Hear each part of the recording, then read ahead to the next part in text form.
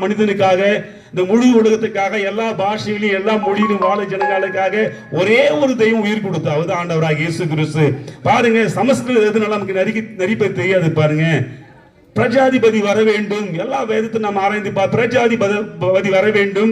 அந்த பிரஜாதிபதி மனு கொடுத்துக்காக கைகளில் கால் ஆணி அடிக்கப்பட வேண்டும், விழால குத்தப்பட வேண்டும், முள்கடை ஏற்றப்பட வேண்டும், மனு கொடுத்துக்காக ரத்த சிந்தி அவர் மறிக்க வேண்டும், 3 நாள் உயிரோடு எழுந்திருக்க வேண்டும் என்று எல்லா வேதனையும் எழுதி வைத்திருப்பாருங்க.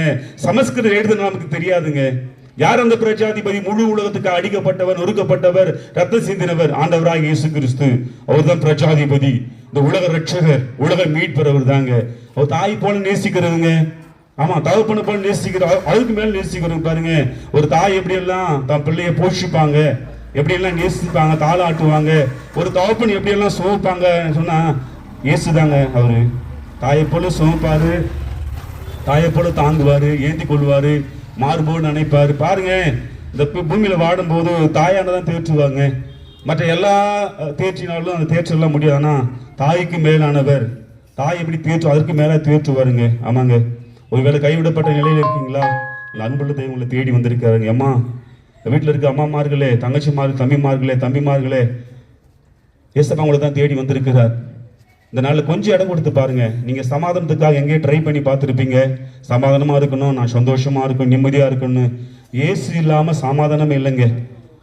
இந்த பூமியில வாழும்போது சினிமா பார்க்குறோம், மற்ற போதை பொருள் யூஸ் பண்றோம், என்னென்ன பண்றோம். ஆனா கொஞ்ச நேரம் சமாதானம், முழுமையான சந்தோஷம், சமாதானம், எப்போதும் சமாதானம் இருக்கணும். ஆண்டவராகி தெய்வத்தை ஏற்றுக்கொண்ட போது மாத்திரம்தாங்க. ஆமாங்க, இயேசு ஏற்றுக்கொண்டா எப்பவுமே சமாதானம், சந்தோஷம், நிம்மதியான வாழ்வு.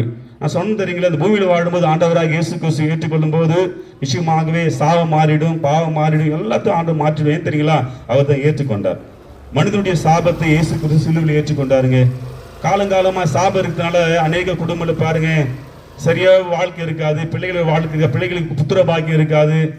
சாபம் இருக்கிறதுனால சாபத்தை மாற்ற முடியாது. இயேசு கிறிஸ்து சிலுவையில் தொங்கினார், அடிக்கப்பட்டார், நொறுக்கப்பட்டாருங்க. இயேசு நம்பினா போதும், சாபம் மாறிடும், பாவம் மாறிடும், அக்கிரமம் மாறிடும், அநியாயம் மாறிடும். ஏன் தெரியுங்களா, அவர் தான் சாபத்துக்காக, பாவத்துக்கு, அக்கிரமத்துக்காக சிலுவையில் அடிக்கப்பட்டார், நொறுக்கப்பட்டார். நம்பிட்டா போதும், இயேசு எனக்காக சாபமானார், இயேசு என் அக்கிரமத்தை சிலுவையில் ஏற்றுக்கொண்டார், இயேசு என் அருவருப்பை சிலுவையில் ஏற்றுக்கொண்டார். நம்பிட்டா போதுங்க, எல்லா அருவருப்பையும் அக்கிரமத்தை மாற்றி தாம் பிள்ளையாக வாரி அணைத்துக் கொள்ள அவர் ஜீவன் உள்ளவராக இருக்கிறார். நான் சொன்னேங்கல்ல, ஆண்டவராக இயேசு கிறிஸ்து நம்பும் போது நிச்சயமாகவே சமாதானத்தை, சந்தோஷத்தை தருகிறார் என்று. ஆனா ரொம்ப முக்கியம் என்ன தெரியுங்களா, இந்த பூமியில வாடும்போது ஆண்டவராகி மெய் தெய்வத்தை ஏற்றுக்கொள்ளும் போது சமாதானம், சந்தோஷத்தை தருகிறார். ஆனா பூமியில எவ்வளவு நாள் வாழ்ந்திருப்போம்? நம்ம கேட்க அன்பான உறவுகளை, எவ்வளவு நாள் வாழ்ந்திருப்போம்? 70 ஆண்டு, 80 ஆண்டு. இந்த பூமிக்குரிய வாழ்வு முடிந்த பிறகு நமக்கெல்லாம் ஒரு நித்திய வாழ்வு, மோட்ச வாழ்வு உண்டு. அந்த வாழ்வுக்கு வர வேண்டும். பூமியில வாடும்போது